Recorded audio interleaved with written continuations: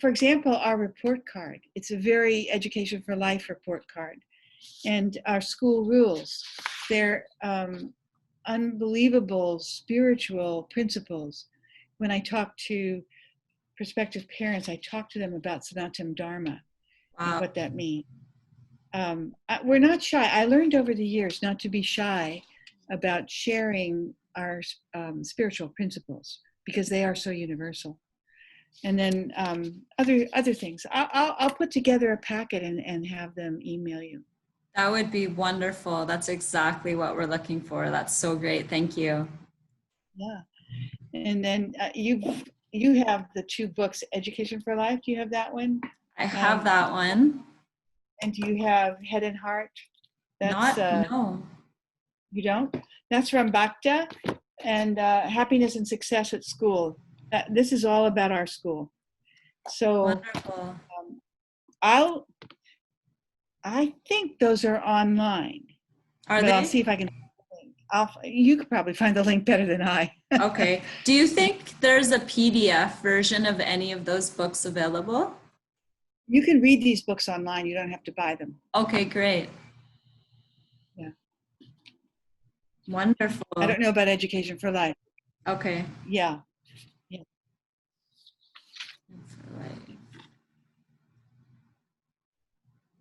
That's great. Thank you. So I had one question was, do teachers, to be able to teach the Education for Life curriculum or teach at the Living Wisdom School, do they need to have a formal background in education, or what is sort of the credentials that you look for teachers? It differs. Yeah. Just like the children, everybody's an individual. Mm-hmm. However, we offer our own credential. And so it's an Education for Life credential. And we offer teachers, and we're looking for teachers, a paid internship to come and be with a very veteran teacher here in our school all through the day, just to learn the ropes. They learn everything from the philosophy to the practice. And then, let's see, Kashama, do you know Kashama? Yeah. She came through that program. Craig came through that program. Satyavati, do you know Satyavati? I don't.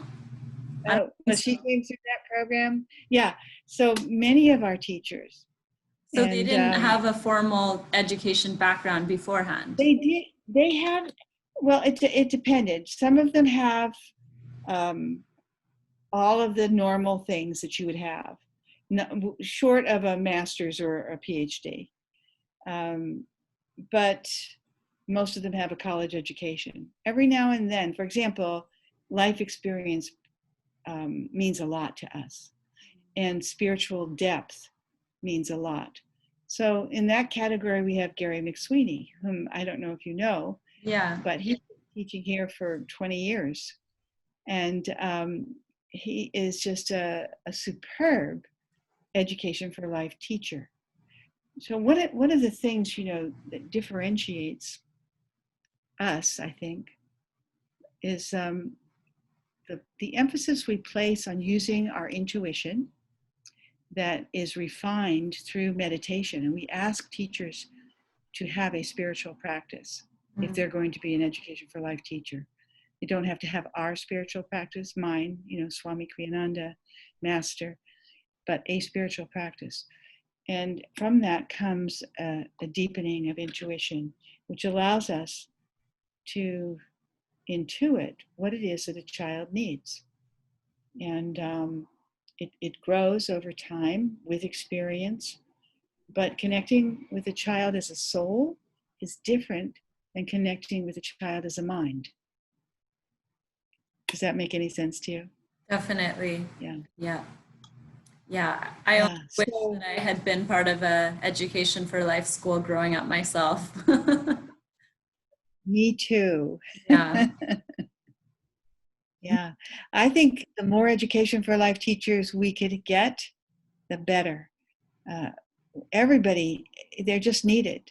And I know that being an EFL teacher works wherever you are, but it is so much more vibrant in a Living Wisdom school or an Education for Life school where everybody's doing the same thing.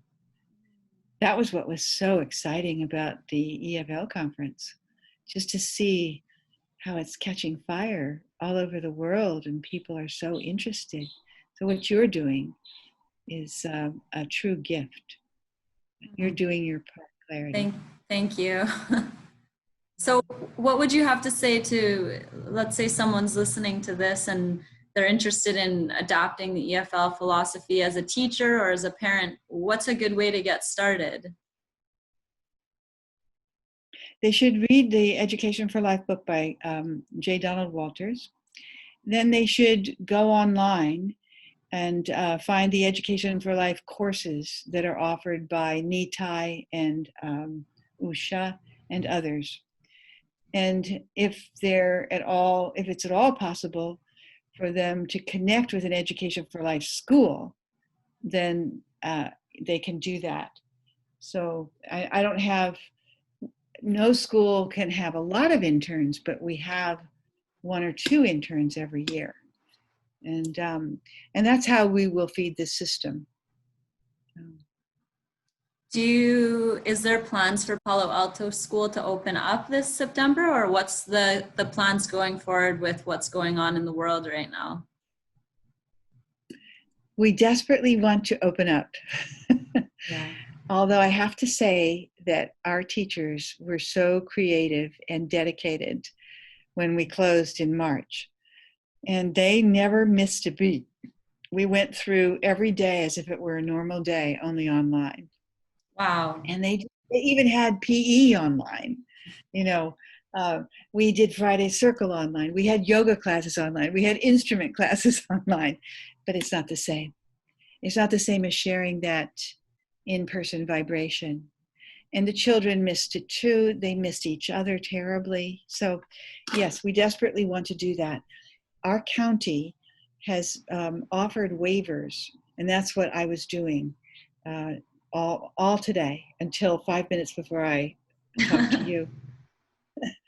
We have an application. It's extremely legal. It's a legalese thing from start to finish. So the county is offering waivers that will allow us to open if we meet their conditions. And that's what we're trying to do. Wow. So it do with physical distancing, taking our school outside to the degree that we can. All of the precautions we take in terms of cleaning. I mean, it's very detailed. I'm sure. But we're doing it. And you know, I have high hopes that we're going to be able to open. So we will. That's wonderful. And of course, there's some children who won't be able to come because they're compromised. You know, if you have asthma, that would be a tough thing to risk. But the school community is vibrant, and our parents are wonderful. They really appreciate what we give their children. And we also honor, we have many cultures in our school. So it really is Sanatan Dharma.